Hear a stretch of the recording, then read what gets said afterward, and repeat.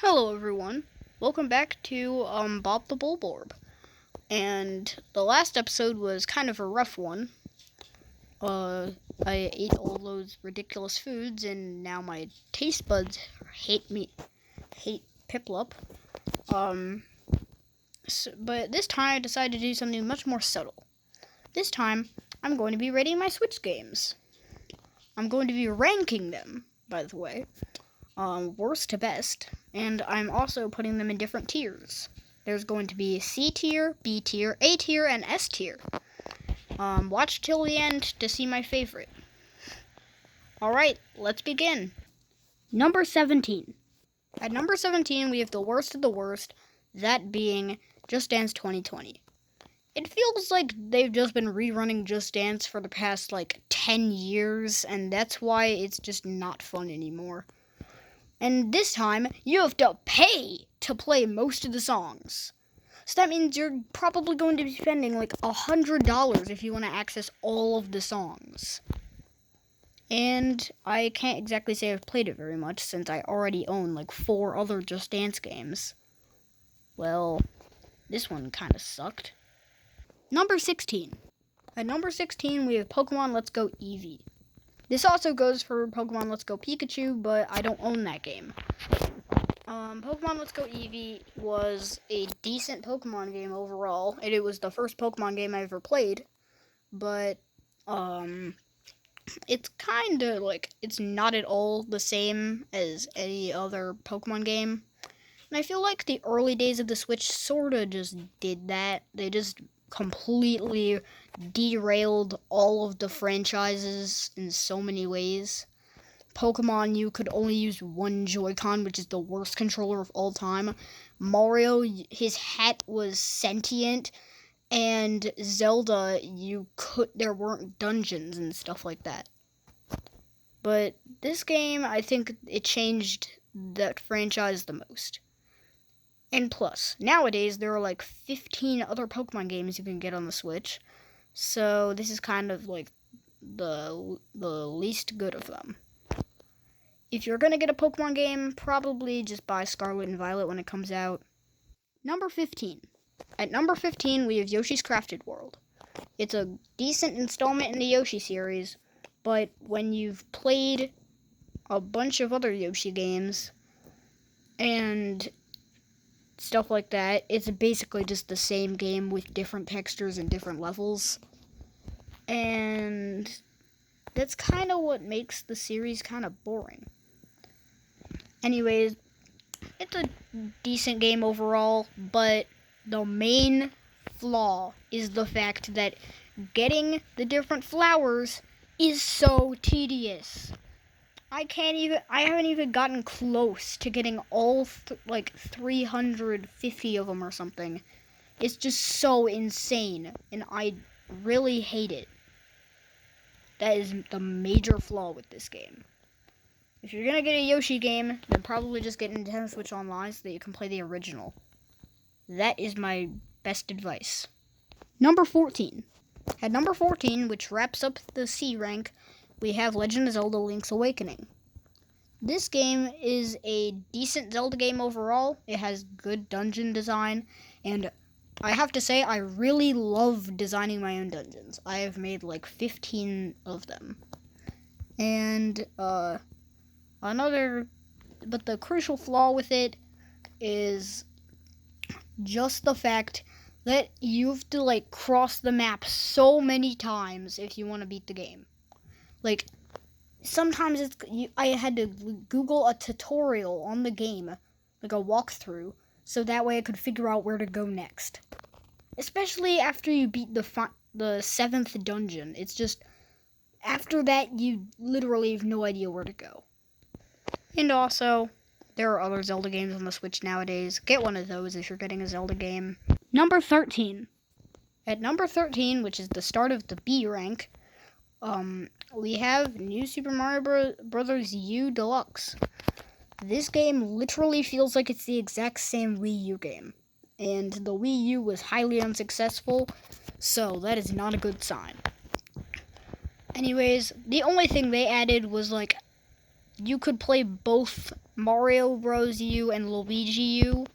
And also they added an easy mode for the babies. And I can't say, and I definitely don't use Peach yet. Womp womp. Okay, fine, I use Peach yet, but that doesn't mean I'm a wimp. Womp womp. Hey, who you calling a wimp? Number 12. At number 12, or what I think is number 12, we have Super Mario Odyssey.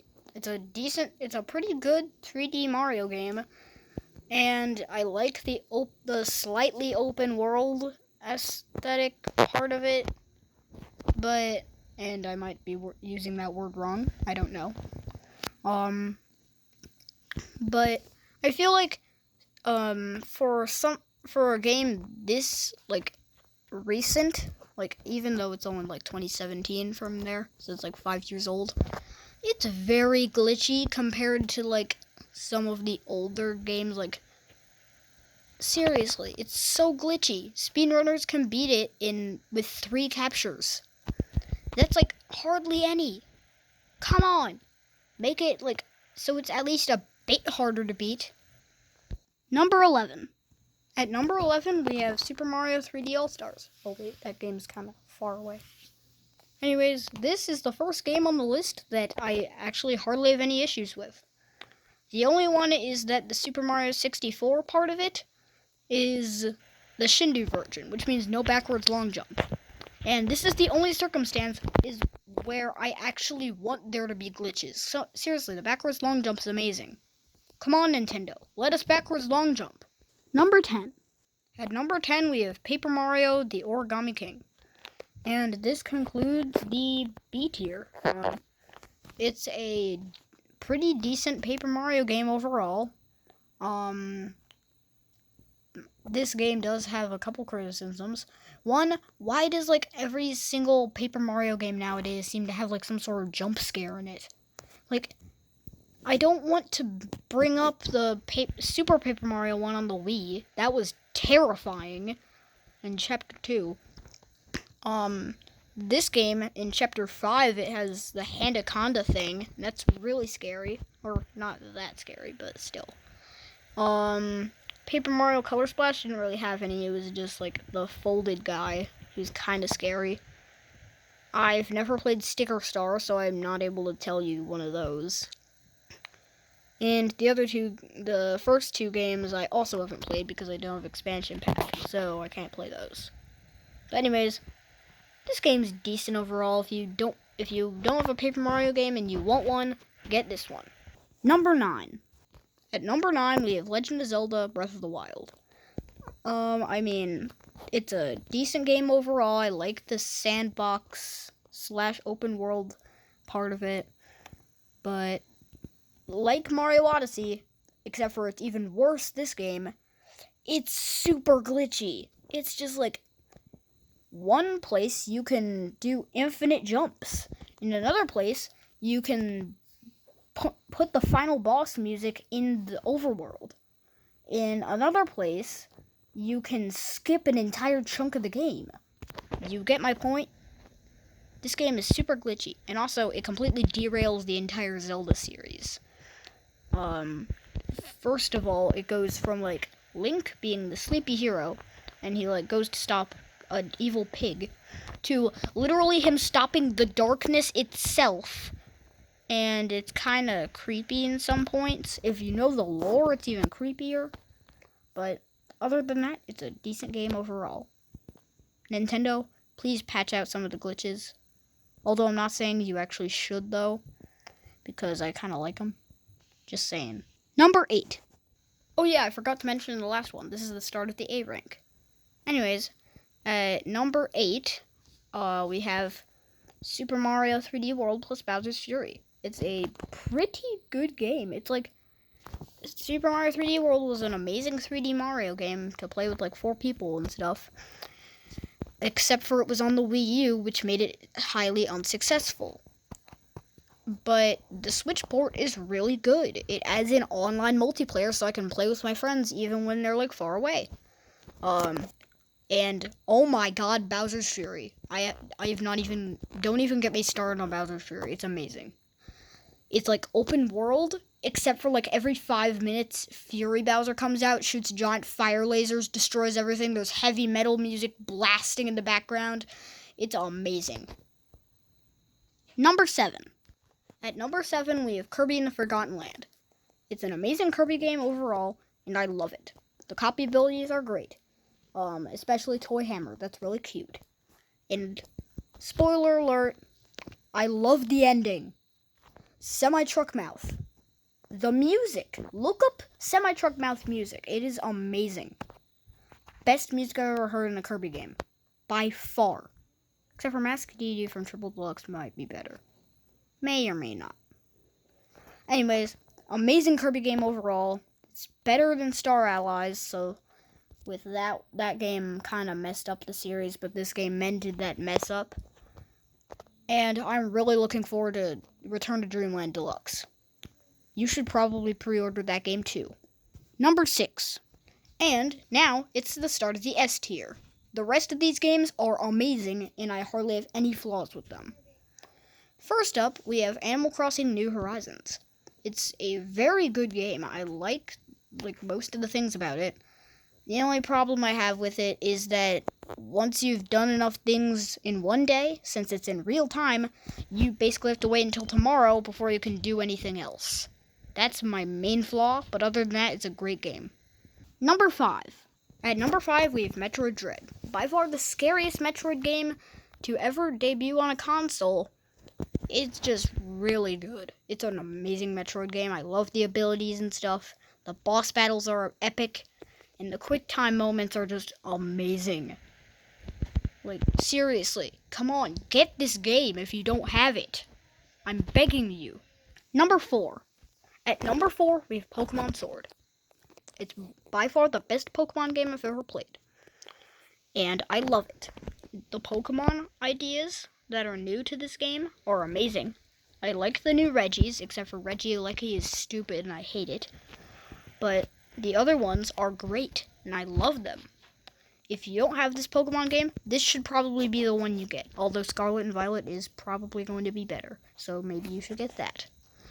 But I'm probably not going to because I'm sticking with Sword. Number 3. At number 3, we have Mario Kart 8 Deluxe.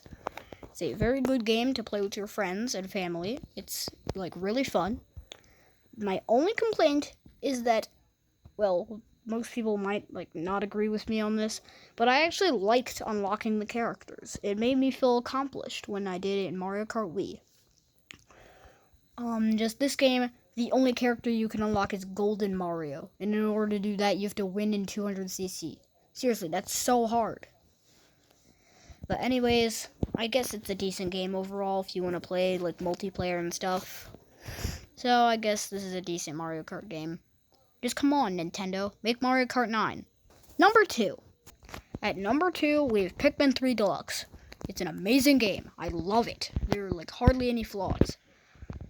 In fact, I can't even name a flaw off the top of my head. It's just so amazing. I hardly have any issues with it. Although there are a couple glitches, that's, the only issue. And plus, I like the glitches. It adds, a bit of extra secrets in it.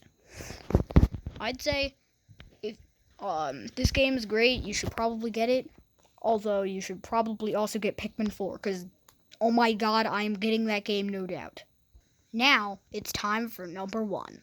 Number 1. At number 1, we have Super Mario Maker 2. This game is just great. You can make your own Mario levels and then post them online. What could be better? I'm actually making my own Mario game at the moment. It's called New Super Mario Bros. Bowser's Revenge. It's supposed to be really hard. I bet if I were to post it online, you guys, most people might not be able to beat it because it's really difficult. But I also feel like Nintendo actually made it.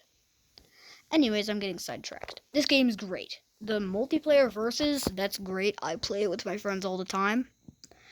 I also like the different things they added. 3D World was great. On the cover of the box, there's all that stuff. I like the cats. I like how you can change your character to Luigi if you like Luigi.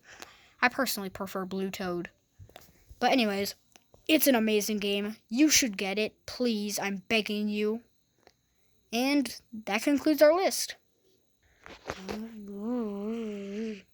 Whoa, that is a big stack of games. That's a lot of classics that I really like.